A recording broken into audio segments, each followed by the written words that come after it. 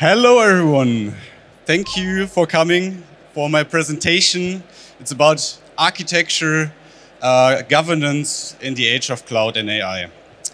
Please imagine for a brief moment you are the manager of an airline. You see your airline, you see all your planes, but you see one striking thing. Your aircrafts are getting old. They are still reliable. They are bringing you from A to B, but you have to really think about, is this the right product to bring our customers to their destination? So basically, you have to, as the manager, you have to think about how can I get new aircraft, can I get a new product to my customers in order that they can enjoy it. And all that by making sure that you still have a reliable fleet of aircraft, that you come safely to your destination, and that all your passengers have a seamless experience. And basically, the same situation also holds true right now with us as the IT of Lufthansa Systems. So we also have this challenge. We don't have to think about the planes, but we have to think about our IT infrastructure. As you maybe know that the airline industry is not the one, that is known for the most modern IT, but rather about more legacy systems. But we have to, and this is our spirit, this is what we want to do, is we want to bring the best and most reliable services to our customers, and we want to modernize our fleet of IT while still having 24/7 support for all of our airline customers, for the Lufthansa Group, but also for, let's say, the whole of the aviation industry. But what are we as Lufthansa Systems actually providing as a service to our customers, to Lufthansa Group, but also to the external markets? It's basically a holistic set of IT software in order to provide them services for revenue management. We are providing services for schedule management all the way 5 years before the flight in order that they can make the best use of their resources. But we are also, for example, looking into how you can make the best out of your crew. So not only are we making sure that the airlines that we are providing our services to, they are able to schedule their aircraft, but also the crew, the pilots, the flight attendants.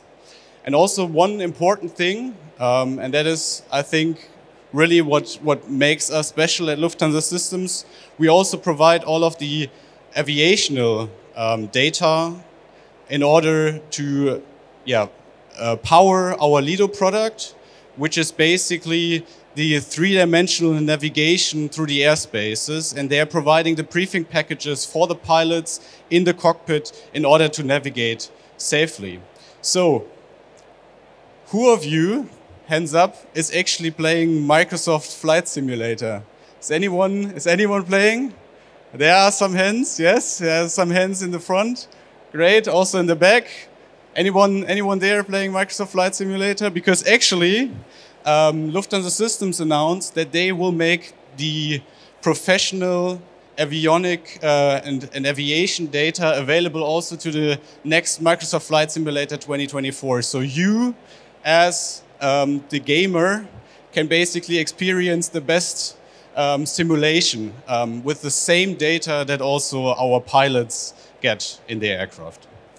So some other facts and figures about what we are doing at Lufthansa Systems. As you can see, for example, with our Netline Ops product, we are steering almost like 1/4 of the whole airline industry, making sure that the crews get there reliably, but also you as customers get to your destination reliably, even if there's, for example, a thunderstorm. And also almost half of all flights in Europe are actually navigated using Lido. So this is basically what makes us special, what we provide. But it's not all nice and shiny, of course. Also, we are having to navigate, as I said, we are having to navigate turbulent skies. And in our in my experience, this is basically what we have to navigate. So I started as a dual student back in 2015 at Lufthansa Systems. I got to experience a lot of our products. And then I started also as a software architect. And this is basically here my product owner trying to tell me that we need to put in new features into our product. And I was looking back at my screen, and I was seeing like a very, legacy, but still reliable. We're still providing great services to our customers, but it's not the product that we want to work with also in the future. So what are the challenges explicitly? The main challenges that we have is that each product that we have, I said we have a large set of IT services.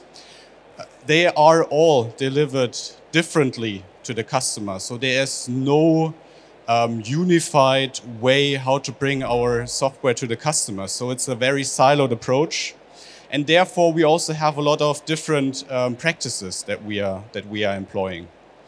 And then I said we want to get out of this, let's say, legacy world. We want to get out of classical software developed in the early 21st century, and we really want to bring our products to the next level in order to make the best user experience available to our customers. So this is a paradigm shift, basically, and we really have to look into how we can support cloud native in our organization. And I think that's the most important part, that's the most important takeaway. It's not only about technology, but it's also about the people. So it's all about also the how do you manage and how do you navigate the cognitive load of our developers.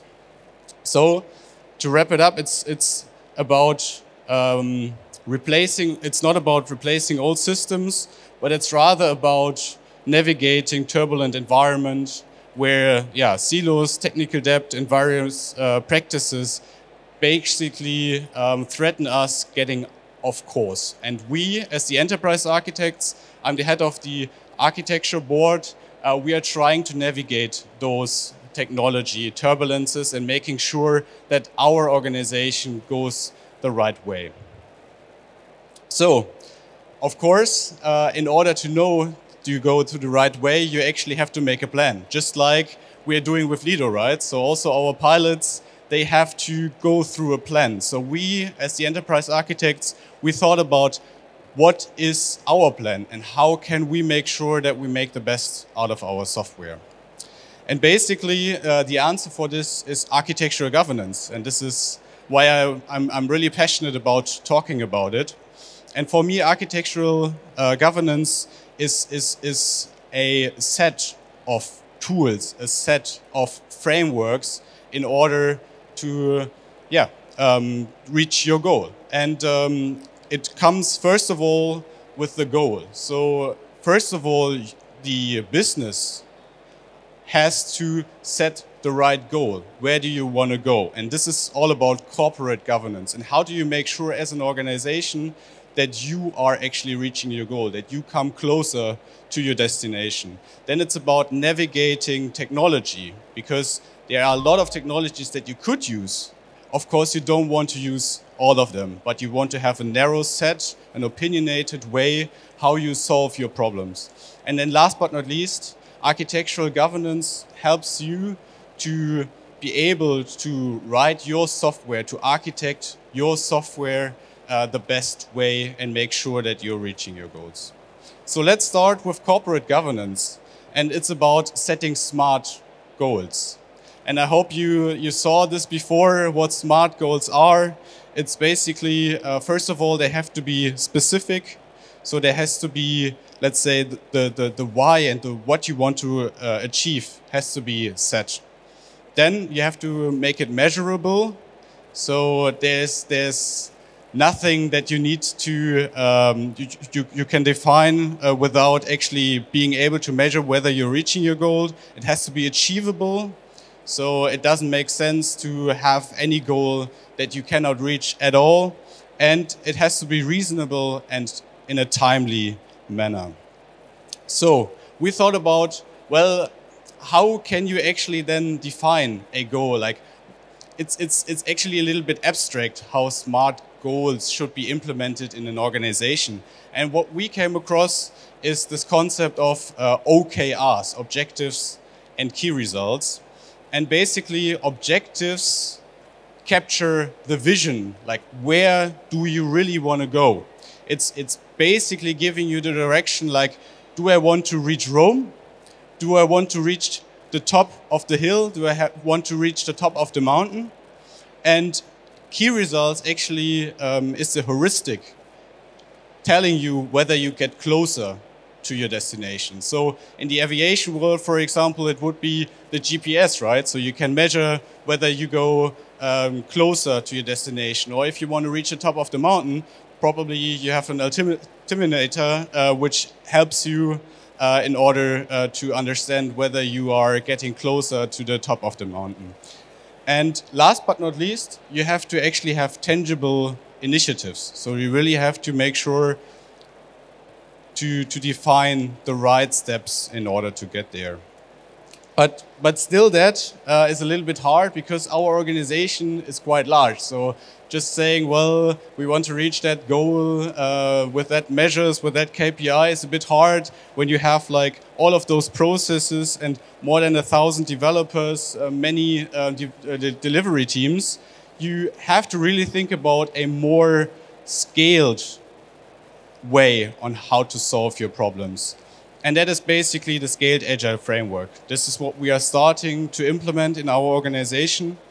And what I want you to focus on is the left part of it. So it's about business and technology. So we are bridging, as the enterprise architects, we are bridging the business goals with the technology. So what is then technology governance? So what is the upper left part that we are working on? It's basically navigating this here, because our business, of course, tells us, well, we want to reach our goal, and we, as the architects, say, well, we want to reach it in a cloud-native manner, and then we are looking at the cloud-native landscape, of course, because this is like the main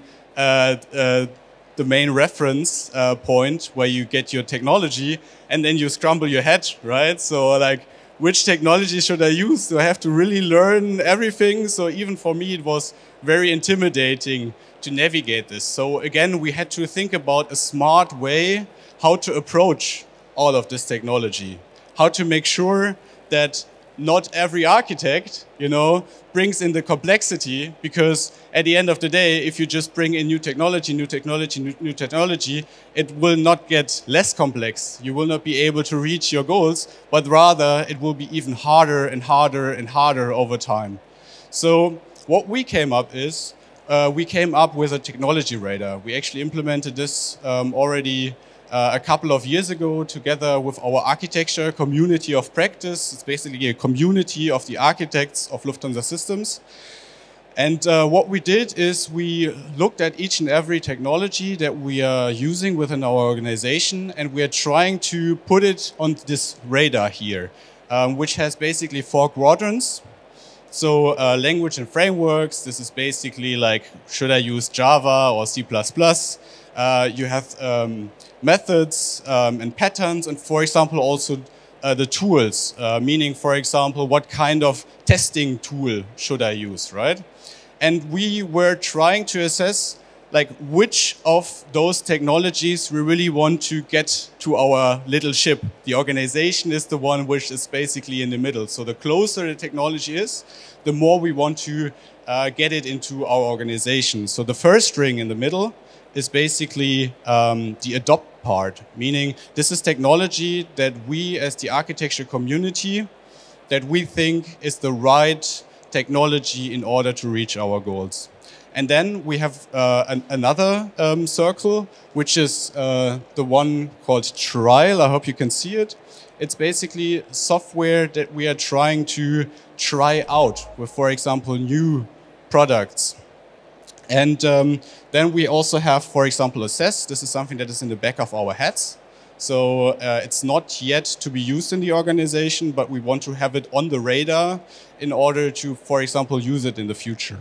And then the last part, that's actually for me, that's the most important, that's the hold.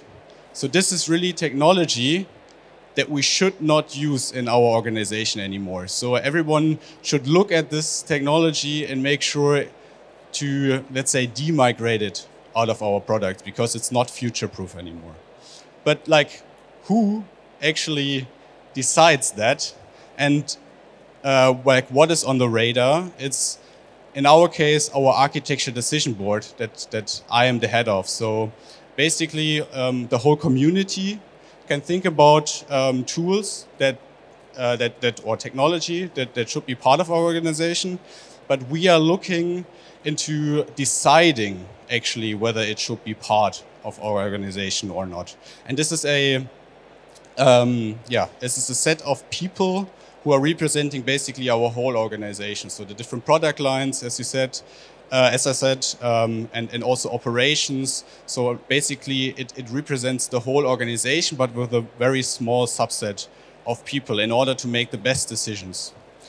And how do we come to decisions? It's basically trying to process a lot of data points. So we are trying to assess, for example, what our leadership says, what OKRs we defined in the beginning, what KPIs are, for example, getting out of our scaled agile framework, the previous decisions that we made, and also, let's say, metrics. And we're trying to more and more go into the data with data literacy.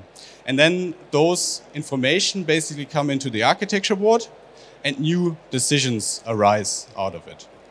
And those decisions are then also transparently communicated in our community, basically in the means of an architecture decision board. So this is a very efficient way of deciding and documenting the decisions that are coming out of the architecture board.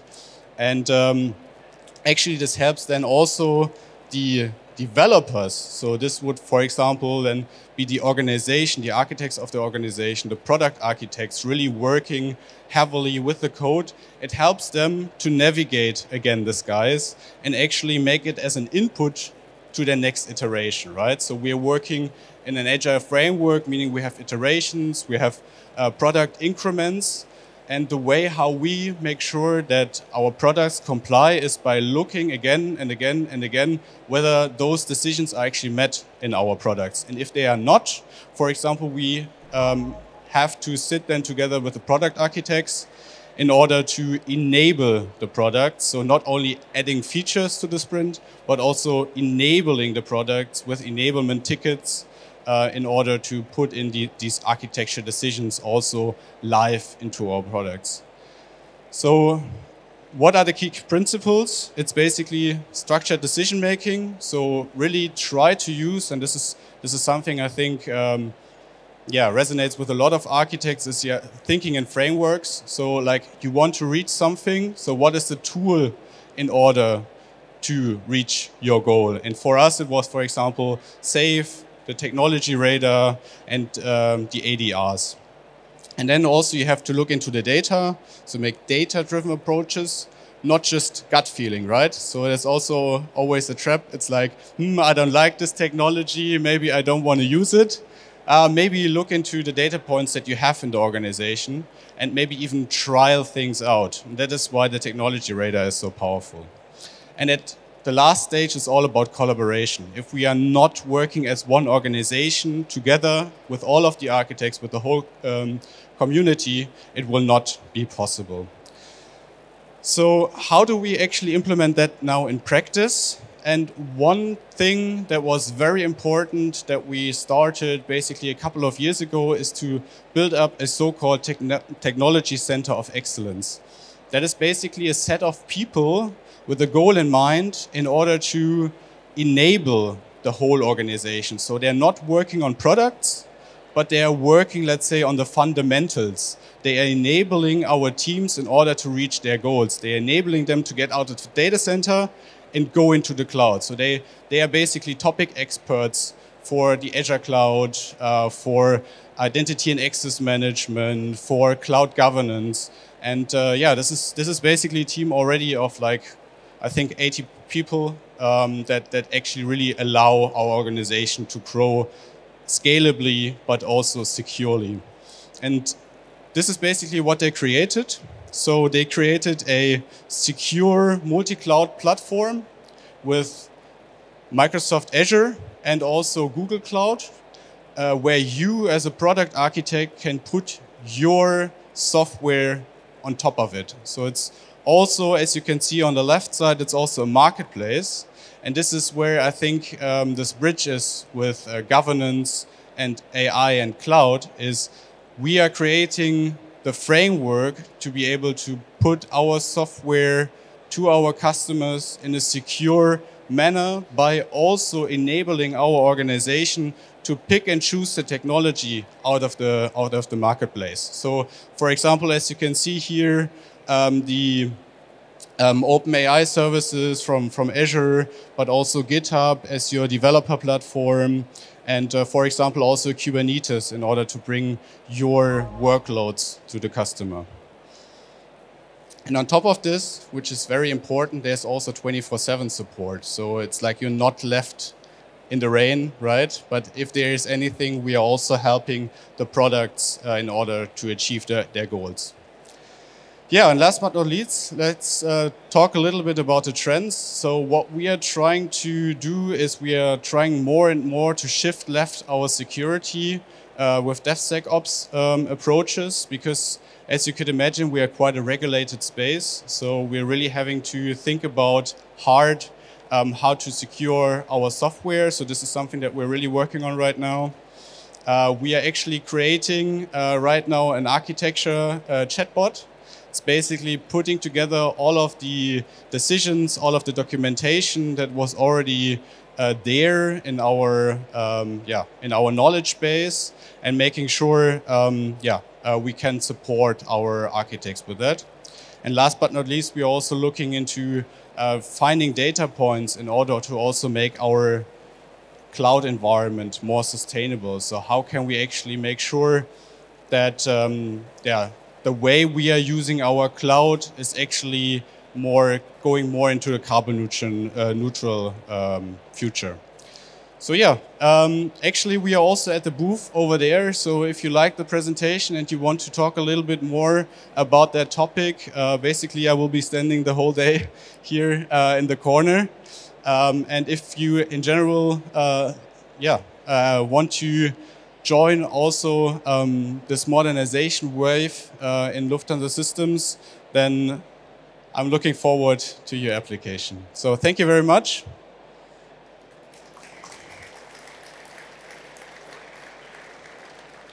Thank you so much for your presentation. Time is running out a little bit, so I would have time for one question if anyone has one. I could make some room for you. But I get it if it's a little bit scary. Oh, there's a question. Great. Someone brave.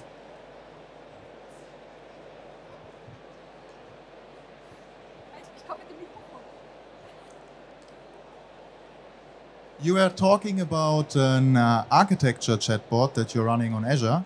I was wondering which integration approach do you take for the internal knowledge bases? Yeah, so basically what we are working on right now is to implement a interface from our Confluence, right? So Atlassian Confluence towards a duck, basically. So we are trying to, let's say, vectorize all of the information that we have in the knowledge base. So a little bit like you would, for example, upload a PDF to your OpenAI, but just for us, it's a little bit more scaled, right?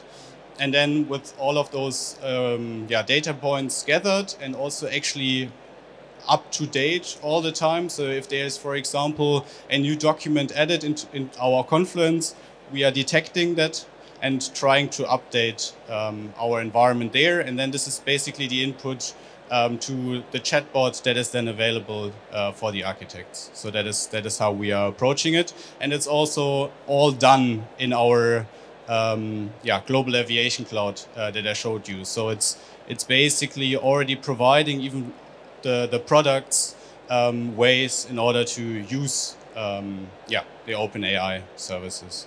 And also, for example, in the Google Cloud, we are already looking into Gemini, making that available. So we are really looking into how we can support our products in order to make best use of AI. Thank you very much. Thank you so much. I would say a big applause again for you.